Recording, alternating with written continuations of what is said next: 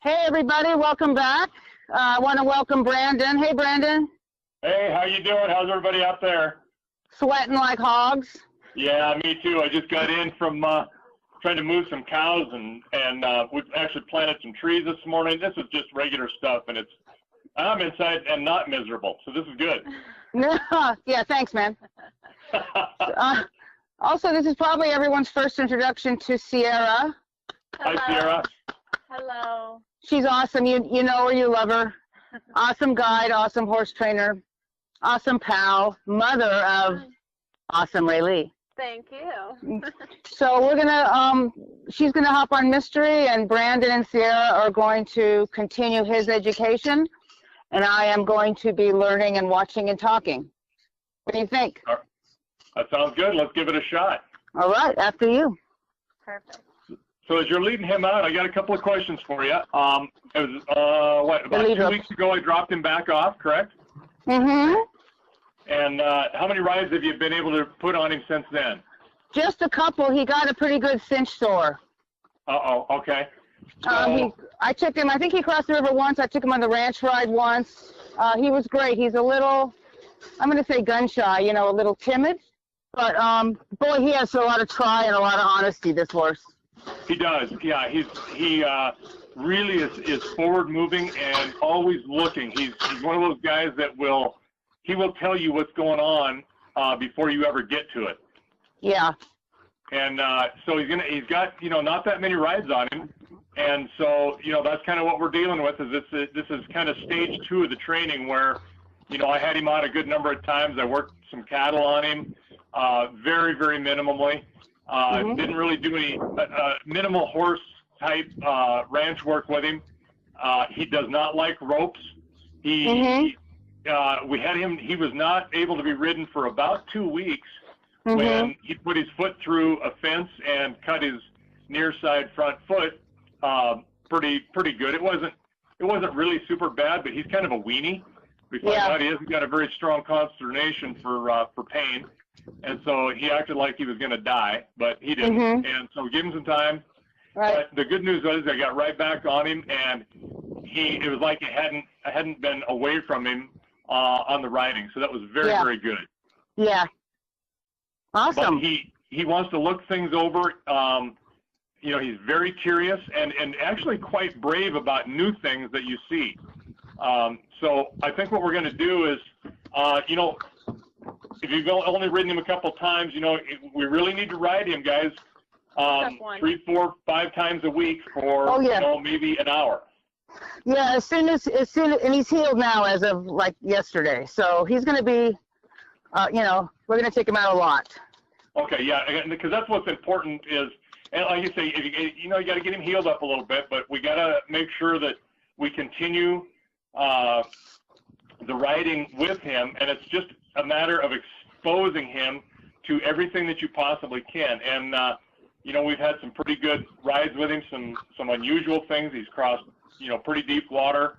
There's been a lot of issues that we've put him through, really tough terrain when I was heading here, so that was really good. So what we want to do is kind of work with Sierra on the gating part of him, particularly in the arena is really handy because we can watch, we can see what he's doing, and get her to put her hands in a spot where he is comfortable and yet moving forward. You notice how his head is coming up and down.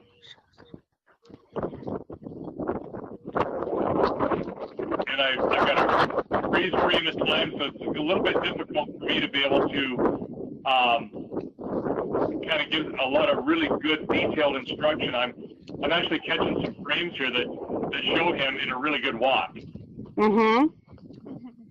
head is up, so if Sierra's got her hands forward and down in front, there we go, he'll drop his head in a little bit, but it might take him 5 minutes of riding before he drops his head. He's a high-headed horse anyway.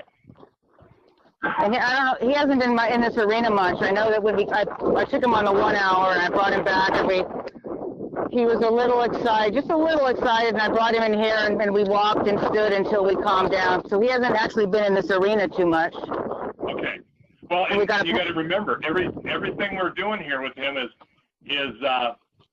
it's new and it's relatively fresh because again he's in the middle of his training. He's not finished. Mhm. So we have to kind of preface that with, okay, this is good stuff. Hey Kelly, would you mind grabbing those set of stairs and moving them right about where he's at now? Sure. Have you take them to the south, and I'll tell you when to stop, and that way Sierra can stay to the inside of that. Yeah, gotcha. So he stays on the rail more, so to speak. Yeah, because we're losing her in the trees. And About here? Nope, towards the trailers. Oh, I gotcha. And then Out Jake here? will have to follow you over. There you go. Keep going. Now go back into the center of the arena. And take about 3 steps to your left. Other left. My right, you mean? Yeah, your left. Go to your left.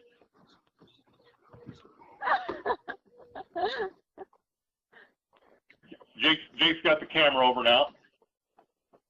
Okay, just put it down right there and have her stay to the inside. The inside, okay. Yep. He wants to stay the inside. There we go. Now we can see better. Okay. All right. I'm watching some frames freeze here, and when I see the frame freeze, I'm showing 3 really good points of contact with his feet on the ground. So he's walking well. You're not trotting. Sierra, can you hear me okay? Yeah. All right. How does he feel to you? Is he smooth? Yeah. He feels a little off. Okay, and what do you mean by off?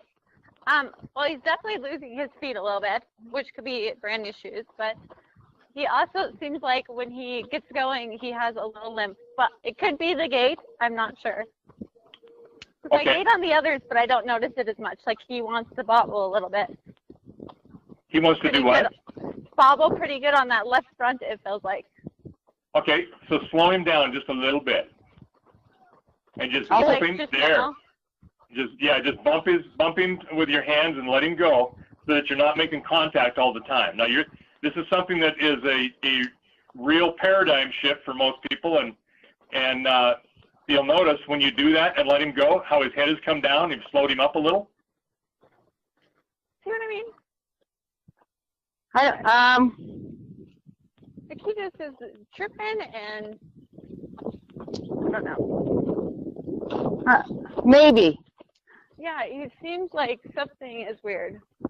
Okay, where are you sitting on his back? Are you sitting forward with that saddle? Can you hear him? Yeah, where am I sitting? He's asking if you're sitting forward. I don't think so. I think I'm sitting pretty. Yeah, we want you to sit forward, not sit way back on his back. Like. Way up here? Yep. Okay. And let's let him walk for a little bit and see what he does. You know, he saw the chiropractor Monday night, Brandon, too, just to make him a little more comfortable. His neck was that was his right front. Oh, what the hell? I think, I remember when I rode him, he just feels like a really young horse to me. He is. Again, he's a young horse. We can't expect him to, and he does trip with me, but you got to remember I'm 240 pounds, right? 240, Brandon? Yes. I look more like 800, don't I? No, you don't. I was saying you were overdoing it. No, I'm about, a week ago it was about 235. There you go. So what we want to do then is just slow him down a little bit, and we want to get good form. And what that means is we want to hear an even 4-beat gait and a little faster speed. There we go. See that? I see that head nod up and straight up and down, right? Yes. And you're a little smoother? Yeah. But you're not in a dog walk like you would be with, say, a non-gated horse, right? Correct. Okay. So now what we want to do is make sure that we maintain good form. So I want you to listen and I know it's going to be hard because you got earbuds in listening to me. all over. which is torture enough. But listen to his hoof beat. We want a nice 1, 2, 3, 4, 1, 2, 3, 4 beat. We want him nice and even. Okay. And when you hear that, at the same time, you see his head go straight up and down. But so if it starts to get rough, you want to just slow him up a little bit. There you go. That actually looked pretty good. That's nice.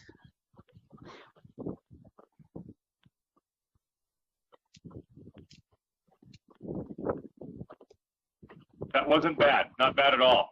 I'm seeing lots of freeze frames, which, believe it or not, is actually helping me. So I can look at where his footfall sequence and the support sequence is to his walk. This is awesome.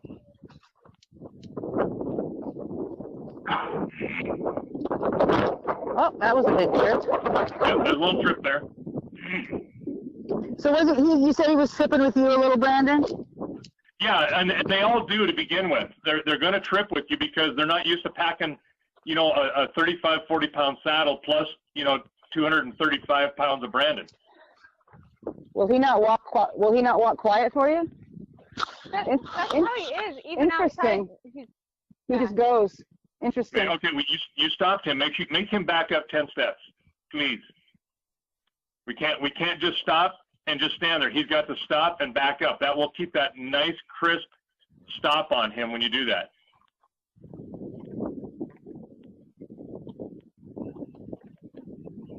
Okay. So we're going, when you feel him get rough, Sierra, then just slow him up just ever so much and don't stay with constant pressure in his mouth. You just bump his mouth and let him go. And if he doesn't respond, you bump him again, let him go. Bump him again, let him go until you're actually walking at the speed you want to go with a loose rein. Okay. There will be 99.9% of people that'll tell you that you have to walk a walking horse with pressure in their mouth, and 99.9% of people are absolutely wrong. This is why my horses, when you teach them to control their body and control their speed and contain their own frame, they will be balanced, and then you will also have a good performance walk. I can't tell you the number of people that I've had, you know, little races with these guys in shows and out of shows, and when you do that and have them walking relaxed, they will walk better, faster, and they will stretch out and reach for you instead of being contained in what is called, you know, supposedly collected, which is nothing more than just your hands in their face and keeping them from going forward. Now, the question is asked, what does, and this is GSBMO, I'm not sure who that is, I'm sorry. Gabby. Gabby, okay. She says, what does he mean by bump? With the reins or feet or question mark? And what I mean by that is strictly with just the reins. You just bump them because you're just trying to teach them a cue that when you bump their mouth, pardon me, you just want them to respond to that and slow up just slightly. And Bobcat Gal says a slight tug on the reins, and that is exactly right. With it, and try you just like you touch it and pull away. You do not hold into their mouth. You don't put any constant pressure. You just bump it and let it go. Now, I know we're scheduled for some time here, and we're about 20 minutes into it, so he's probably getting better about his head coming down a little more. It's hard to see. Oh yeah, definitely. But the more relaxed you are, the more relaxed he will be. And of course, this is a new arena, new everything here that we're doing with him. So, and he's had a few days off. I'm glad that you asked these questions because I'm not the best at articulating what I already know. So this helps. All right. So you're a little bit, looks to me, well, it's hard, we get freeze frame, a little bit more consistent on the speed. Is that, am I seeing that right? Yeah, this is the speed he wants to go. Whoa. This is the speed he wants to go. Okay. Is that okay?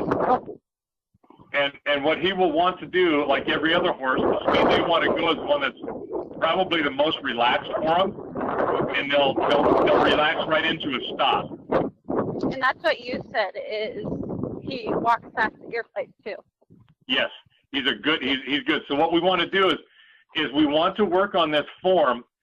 What I would do is just push him just a little bit, just slightly, make him move just a little bit more than he wants to, so that he's really having to engage his hind end. But remember, if he gets rough, then pull him back just a little bit and make sure that we have a really good, even 4-beat gait. So Brandon, is he a little short-strided in front, do you think? Is he not stepping on his front feet enough? I can't see it really. I really can't see very well. Because I get the freeze frame for that, for being able to do it. But he picks his feet up, his front feet up really well. He's not just picking them up and stretching and reaching them out. It doesn't look like. He's gonna have to get used to these shoes a little bit. They're only on when? A couple days. Okay. Yeah. No, a couple days. Okay. And so you haven't seen him walk like this on his own out in the pasture. Right. So you've got a whole lot different type of proprioception with these front feet, with the where the placement and where he feels those feet are going. So it's a little different. He'll get used to them. It's his first set of shoes. It won't take long, but it does take a little bit of adjustment, especially at a little higher speeds. Yeah, horses move completely differently without us on them. Even though, a horse walks in a pasture, a horse walks with a person, it's completely different, isn't it? Absolutely right. Now, one of the things that I like to see, and that when I was out and dropped him off, we never got to go over because we really didn't spend much time on the gaiting portion, was if you feel that he's not moving into 4-beat gait and more of a pace, then we have to look at what we're doing to him. Are we holding his head up too high? Are we sitting too far back in the saddle? There's those kinds of issues. He took a couple lame steps on the left front a little bit ago. Is that a bad thing? Huh? Is that a bad thing with the gaited horse? He took a couple what steps? I thought he took a couple lame steps on the left front. Oh, lame, yeah. Yeah, it feels weird. But also, it's interesting too, is if a horse is not a horse, is not a horse, because a gaited horse, a lot of us, the walk is just the basic walk feels very different. Yeah, you have to get used to what you can do on this horse and how their body moves, because it does feel differently. Yeah, it's very interesting. Yeah, and what I can tell you, and which a lot of people who don't ride gaited horses, they don't like them because they've never been on them. Right. And they'll tell. I had a woman just tell me just a couple weeks ago how a gaited horse absolutely cannot run. Oh, please. Yeah, yeah, it's like, yeah, they can. Yeah, exactly. You hear, but there's a lot of experts out there about gaited horses that have never been on a gaited horse, or they've been on one. So, take that for what it is. I will tell you this. When you're on a non-gaited horse and they've got, the breeding is for the heavier muscle, and what I'm more leaning towards is, say, our quarter horses. Yeah. They're heavier muscled. They don't move. They don't stretch. They're kind of like a weightlifter. And what Sierra's riding right now is more like a runner, a long distance runner. So they don't have the huge muscle mass. They tend to have a little slower twitch muscle and not the fast twitch muscle that a quarter horse has. Okay. So when we work with them, we also have a little bit longer functional back, which means we can affect how that horse moves, whether the back is low or back has come up and is high. And so by causing some ventral flexion, there we go. I see her leaning forward a little bit or sitting up. This is really, really good. Then that you can actually throw that horse off and make them ventral flex and make them so that they are pacing instead of trotting. Will you explain what you mean by ventriflexion? With the back up, okay. Slowed down, and the ventral portion of the horse, the belly, is dropped. Oh. That's interesting. That's ventral flexion. So if you've got a horse that's pacey, you want to have less ventral flexion and more bascule. You want that back to come up so that they reach under them and they collect more with those hind legs. And so just where you sit on them can do that. If you have too short of stirrups and you're in a chair seat and you're sitting back on their back, you can cause a horse that's normally very well and evenly gaited or even trotty to pace.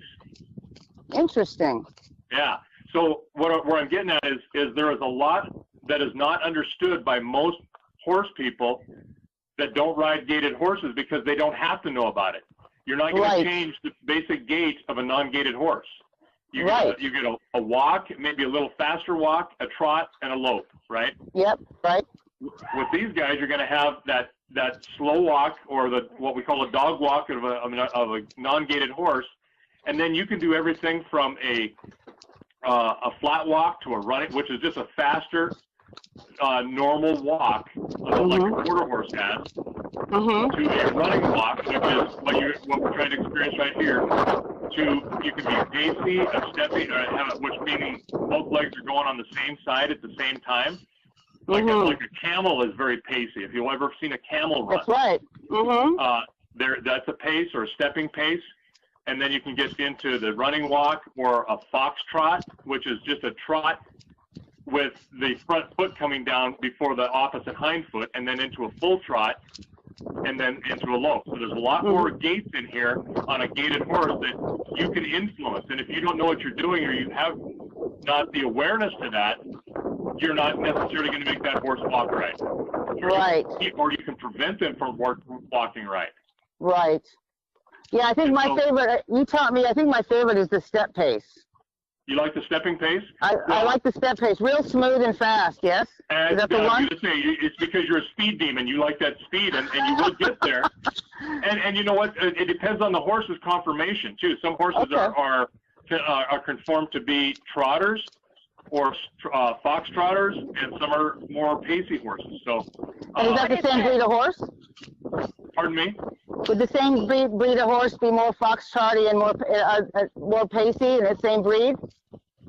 Yes. Okay. Because I've had foxtrotters that were fantabulous. That's my new word of the day. That's nice. That were fantabulous at a stepping pace, and the breed itself, just the very name of the breed, implies that it should not do anything but a foxtrot. That's what they want to do. But it's all about their conformation. One step over there every time. Is this a two-step? What is he doing now, Brandon? He looks like he's doing a pace. Oh, yeah, there he went into a trot. He was pacing for a bit, and then he did a couple into a trot. Now, my limited experience here with these walkers, it seems like the trot is one gait past a step pace. Is that true? It's actually on the other side. So if you have the gait other way, you've got the running walk in the center, and you got a trot or fox trot is closer to a trot. If you calm down enough, or you ventral, and that's with a raised back or the bascule to the back, you get for your trot. If you trot and then you do a running walk, they're nice and even, nice and flat, and all fours are working together at the same time. If then you start to ventral flex or drop that back down, you're going to uncollect, and the hind legs will come up as fast, and that's when you're going to start getting your pacing. Running walk now? I couldn't tell. We're behind the building. I think so. I think it's a running walk. That's a decent running walk. Okay.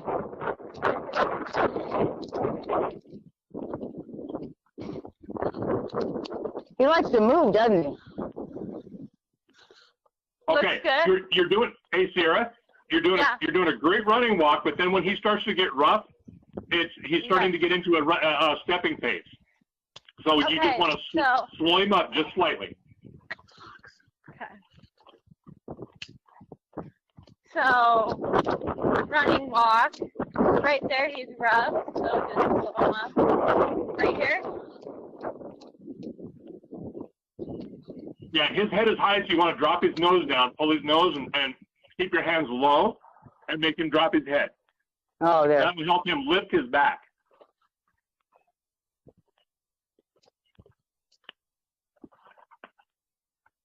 So when we're galloping up the hill there on these walkers who don't gallop, Brandon, what I notice is the paddling behind. And is that because they've dropped their belly? Is that why they're able to do that, or am I opposite? No, if you're in a gallop or a lope. Mm-hmm. If you watch a non-gated horse, Yep. they are moving more on a lateral. They too are moving at a lateral, but they're at a lope, a higher speed. Okay. Because if you'll notice, they picked a lead, right? Yep. And they're throwing one lead out there. Well, that lead in the back is also, or the hind leg is also in the same lead as the front is, which will put them more towards a lateral movement. Right. So a lope or a canter is the same whether you're gated or non-gated. Right. I do notice that the gated horses swing their hind legs out to the side in a way. Oh, yes. Which, I mean, that by paddling, it looks like they're kind of swinging their back legs out to the side more than just straight. Yeah, it depends on the horse. Not all of them will do that. I mean, some will, some won't. Your body influence can also, or your body can also influence that, right? Right, right. But that's when we let them out, we notice it the most. Nobody's on them. Yeah, they might. Let them out. Yeah. It's fascinating to me how different gated and non-gated horses are. Oh, that's a whole different ballgame. Oh yeah, completely. I mean, headset, everything. Yeah. Well, it can be. Again, that depends on who's on them. Right. Because if you'll watch, if I'm on a horse, I want that head to be nice and flat and relaxed. Mm-hmm. And so, oh, that's funny. Bobcat Gal says that her dad described it as an egg beater. Yeah, exactly. But if that horse is relaxed, and not all horses are built the same either, right? This guy happens to have his head come up out of his shoulders a little higher than most. But when he's relaxed he does. and moving forward, that head will come down, that back will come up, the neck will lay out flat, and he will walk like any other there's so often that when I'm holding a horse in and controlling them and containing them and getting the best walk, that their head is down, they look like any other horse. Mm-hmm.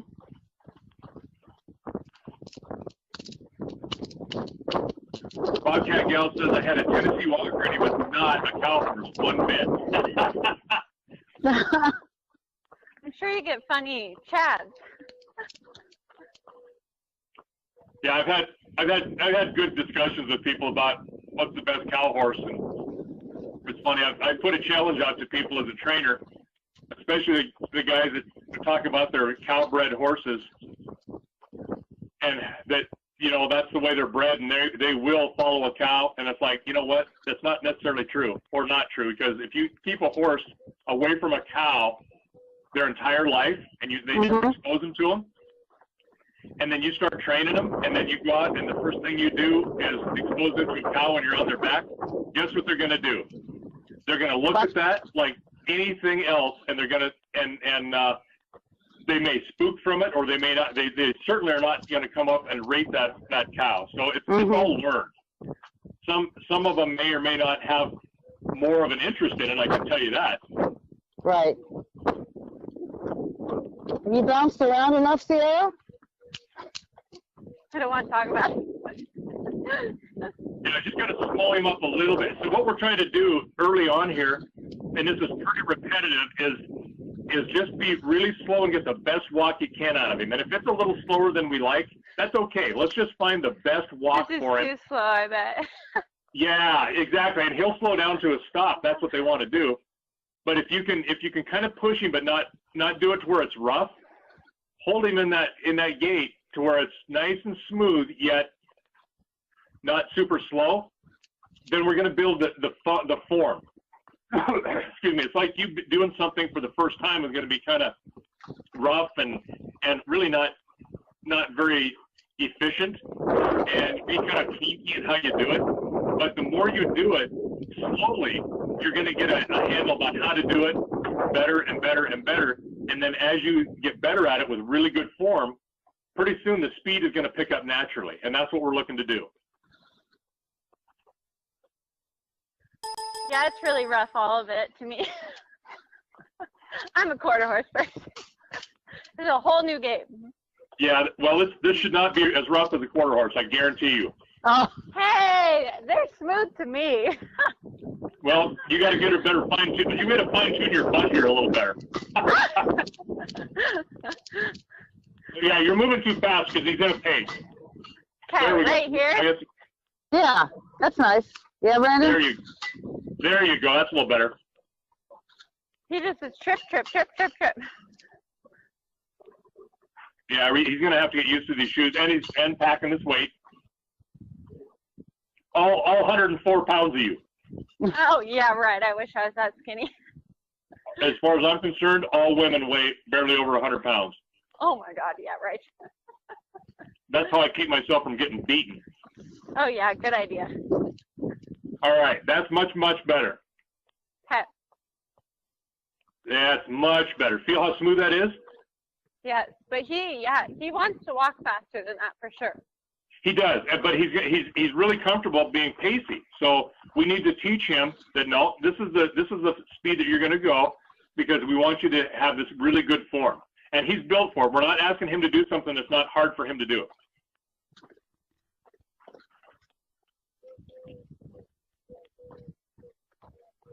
Not bad.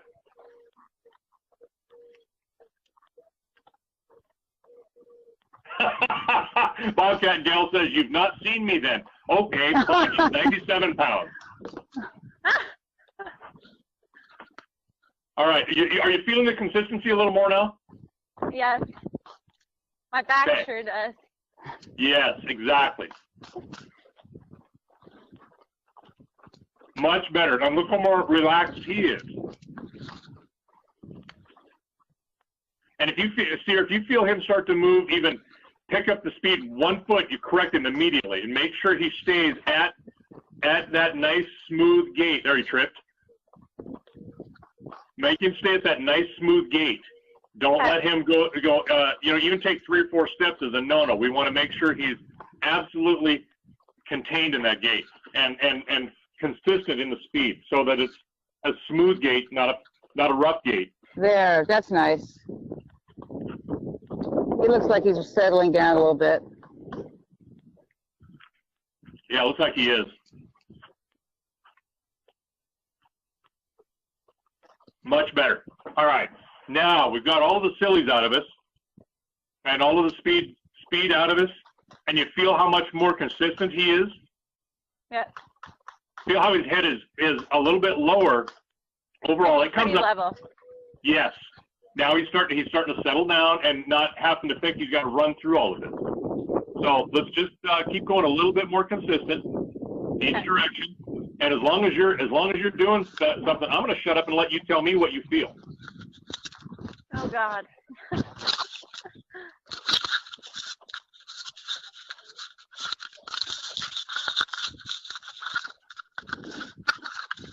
Oh, that's Kelly. I'm like, what is that noise? It's me? Your finger's on the microphone. Oh, sorry, everyone. It's okay. I feel like Tennessee walkers, their back feels longer as well when they're moving. Is that correct? I'm sorry, the wind was going. I couldn't hear you real well.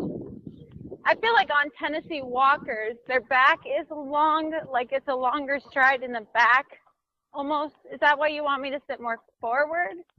Yes. To help him? Okay. Yes, absolutely, yes. They have a longer functional back, and so they are able to reach up underneath of them a little bit further and get that overstep. That's where you get your speed and your efficiency of your gait, of your movement. But if you sit back on them, then you can impede that and prevent that leg from coming forward and cause them to ventral flex and not flex. Okay.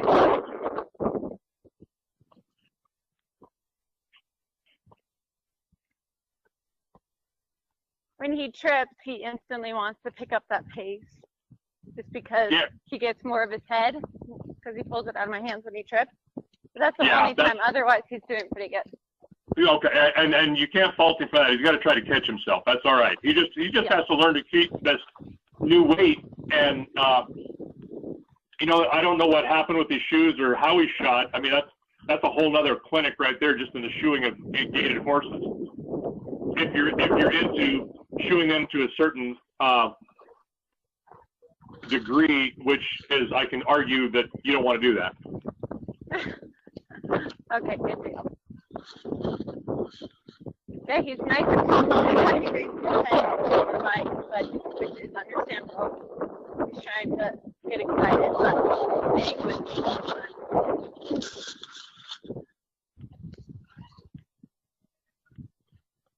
See, there's his head up a little bit. There we go. Once you're past him, he goes right back down. Yeah, he's seeing something. He's like, what? A little awareness there. That's all right.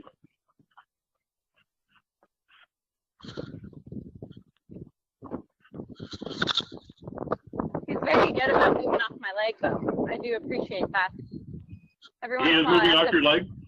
Yeah, every once in a while I have to bump him with the rein, but otherwise he is he is staying off of my leg pretty good. Oh, good. Very good. You should, yeah. Well, that's going to be up to you to reinforce that and keep that going, or he'll get rusty on it. Yeah, I'd rather keep it going. Absolutely. Yeah, I feel like he's a little off still. Do you see that, Kelly? Okay. Sometimes. Yeah, it's just every once in a while, and then it's multiple steps, and then he walks it out. Did he pick that near side front up about 3 different times there, a little bit more likely trying to take some weight off it? This front right? Front left is what I saw, but. Okay, the front right, I keep getting the tripping the most and the most off, I feel. But the front left, he might be picking up more. Yeah, that's what I mean. He was picking that leg up more. Yeah. Okay.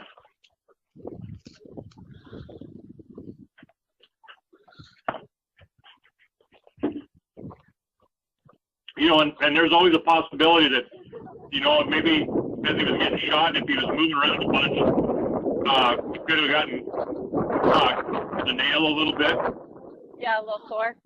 Yeah, that's possible. I'm not saying it is. I mean, you just got to think of all the possibilities. Oh, for sure.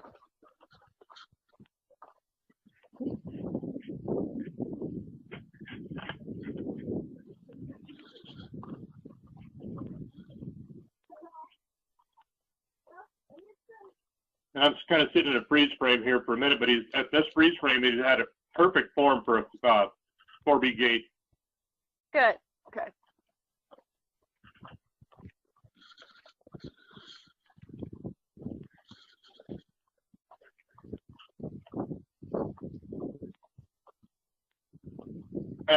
Just for the record, we're working in the arena here, Yes. which is okay, but it's convenient for us. We can do this.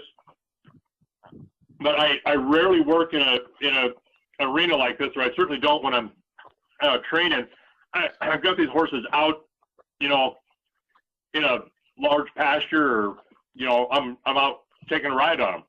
So I try to keep them at this, and get them to watch where they're putting their feet when they are moving forward in real time. Yes. Outside experience is much better. Yeah. Oh, yeah. It teaches them to watch and put their feet where they're supposed to be. Well, and desensitizes them to a whole heck of a lot more than just going in the same place and making them arena sour. Yeah, exactly. And that's why I don't want to push this too hard. You're doing really, really well. Looks like you got a lot more control. Looks like you're a lot smoother than you were, even at a little bit faster speed than what he wants to go. Do a little faster now? No, I think you have been going a little faster than what he's wanting to go.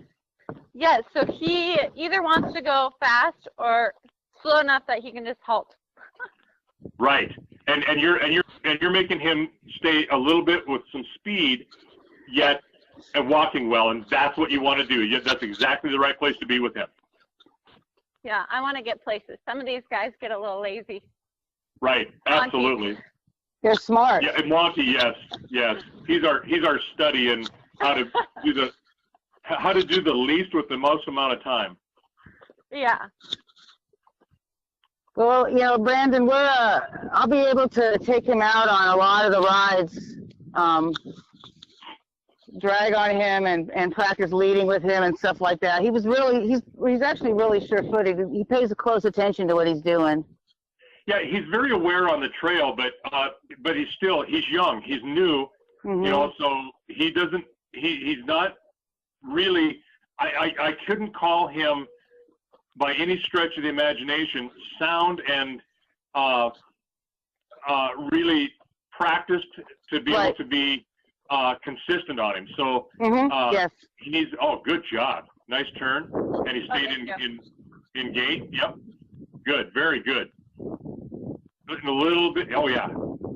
I'm starting to think you're getting a little pacey, but I've seen those footfall sequence has been really nice. And you should be quite smooth. Yeah, it's smoother. Okay. Well, then if it's not super smooth, then slow him up just a little bit more and make him collect. Okay. Now, what you might have to do is if he slows way down, then go ahead and give him a bump with that bit, but then squeeze him forward a little bit with your legs so that you force him to collect that hind end.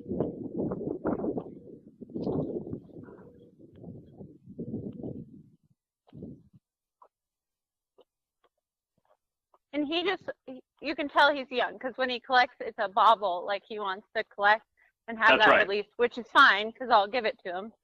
Right. But he instantly, drops and then you have to drop. I don't know if you can see that on video, but. I can. I can see it. I'm putting it together. I get the freeze frames, but I can see it happen at times. And I just pick his head up. Yep. This is all about, you know, setting him up to do the right thing. And then when he doesn't do the right thing, you know, discourage it, but then encourage him when he does what you want. I talk to these horses a lot. I praise them. I talk to them, and they do respond to that. Oh, yeah.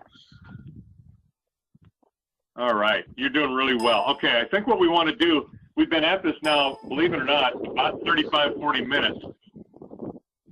So I think let's kind of unwind him a little bit and give him something else to think about. And I like that you are going over the bridge and you're doing some turns. That's really, really good.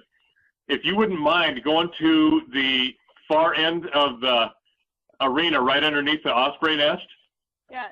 And then stopping and then backing him all the way up to the bridge. Okay. Let's give him a little bit something different to work on, but still discipline, and then stop and then immediately back up. And try to do it as light as you possibly can so he just comes light, willingly. He's light in the bridle for sure. Yes, he should be. I'm a big ugly bugger, but I got pretty light hands. Okay, see how you're coming at a 45 to the left? Yes, I'm pushing on my left now to get his hind back around. Is that okay? There you go. Good job. Yes. Okay. I just didn't want to do it without telling you what I was doing.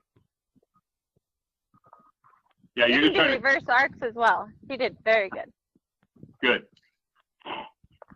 So yeah, and we're just taking a few minutes to kind of get his mind off of walking forward, because you're absolutely right about arena soured horses. I mean, it happens so fast. It's like us being stuck in a cubicle for, 8-10 hours a day. We don't like it either. And pretty soon we either accept it and can move and work through it with our mind distracted, or you don't ever get used to it.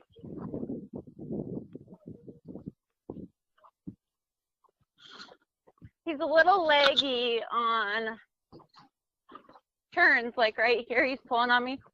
Yeah. There, I'll let go when he gets the slack. But I mean, otherwise, he's trying. He just wants to go over there. There, he's off my leg. So I mean, he wants to try, for sure. Yeah, he tends to turn very well to the left or to the right, and a little sticky to the left. Okay, so right is good. That's what you said? Yes, correct. So he still wants to. There we go. And it doesn't help all of his buddies are out here. Yeah, that's the other part of that. Good. Okay, one of the things I noticed you just did when you made that turn, you kept your shoulders square and straight up above him instead of leaning into him like a bicycle. Okay. And that helps. So Oh, there okay. yeah, that was a good thing. I'm like, you Okay. you started to turn there, and your shoulder was way dropped, and you just corrected yourself. oh, cool. So don't drop your shoulder. Just keep your body straight up above it. It's going to feel like you're going to come out on the opposite side of the saddle from the turn, but you're going to affect a much better turn. You're kind of getting in his way on the turn. Yeah.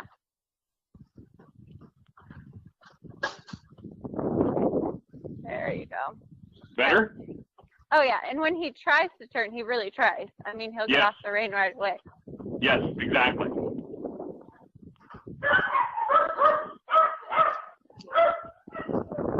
All right, I got dogs barking in the background. I thought it was your alarm clock. Can you hear that? Yes. We got people. I'm doing some road work out here, having them put some gravel down for us, and they think it's a new truck every time. All right, you're looking really, really good, Sierra. Perfect. Thanks. Very good. And you know what? And I'm giving you a lot to do here, but let's put everything in perspective for everybody. And that is that, you're on a gaited horse that you have not ridden all that much to try to really do well in the gait, or to try to correct them or to contain them in a gait. So, you're starting out yourself really learning a lot, right? I would think you'd agree with that. Gaiting is a huge difference. Yes, it is. There is a ton to it. So, and never have you got two horses that are almost, identical. So you're working with that horse and their ability, and to try to work on that to get the best gait out of them. Now, that doesn't mean that a running walk is the best gait for that horse. It may be a stepping pace, it may be a foxtrot. So you have to work with that animal. But this guy will walk. He's got a really good running walk. Oh, yeah. He's done great today. A lot of walking he's done. A lot of walking. He could have walked to Tennessee by now. And remember, start slow and be slow. And this is the part that it's tough for me to do as well. Oh, good stop, good back. Is to be slow about it with really good form, because I really want to get the speed out of it right away. And so I have to really force myself to go slower with good form, yet still pushing them faster than what they want to do, because you're trying to build that muscle memory into the nice, even 4-beat gait. And Right. I ride with my ears when I'm training to gait more than anything. I feel it, but I listen for those footfall and when they hit the ground. Do you recommend going around the arena before we head out on a trail? What about coming in here? Maybe it's not a good idea. Coming in here and getting the even beats before you head out, or would you want? Is it better to find it out there? Yeah, do both. If it helps you here to really do it while you're alone, or just this horse, or you're really working with him, right, before you go out, do it. That really sets you up that you already are having him listen to you, yeah, and respond to you. And his head has come down. He's relaxed now. Look at that. Yeah. Yeah, I thought that might be a good idea. I wanted to run it by you, though, to kind of just, get our heads together before we go out and have a good starting place. Well, and you really should, because again, remember, he's a young horse. He's not got a ton of rides on him. So he's still learning. He's still searching for that consistency that we will either provide for them, or we'll let him get away with whatever he wants. And that's, as a trainer, you've got to make him do what you want him to do. Early on, right? Yes, absolutely. Boy, but he is such a good, honest guy. It's amazing. He is. Yeah. He really tries hard for you. And you hear about the horses that want to please you, and that's him. Yep, it is. And it didn't take much to when I was on his back with taking a slicker, a noisy nylon slicker, and just flopping it back and forth. I think you guys saw that. Yeah. And at first he didn't like it, but you know what? I don't expect any of them to like that. I mean, it's a matter of teaching them that it's all right, and then tolerating it.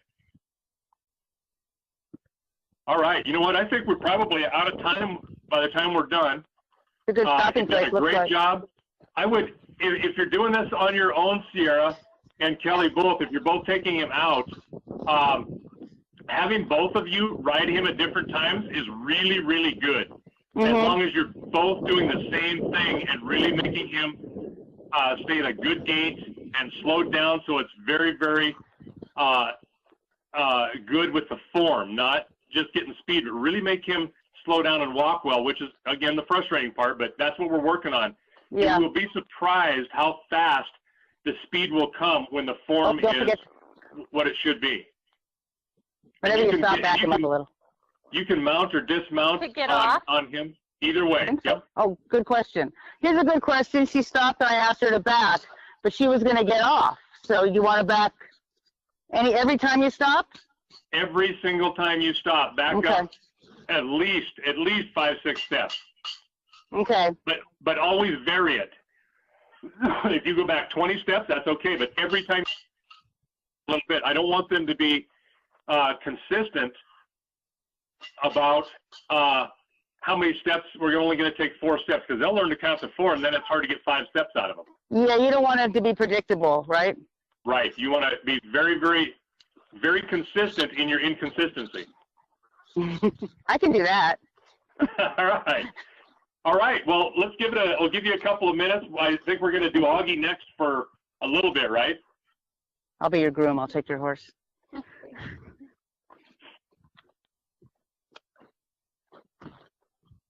Now, are we going to do Augie here in a minute? Yeah, we're going to do Augie right now. Okay. Unless do you want to go off for 5 minutes, or do you want to just continue it, Dave? No, let's just continue it. I might talk my wife into bringing me a cold water or something.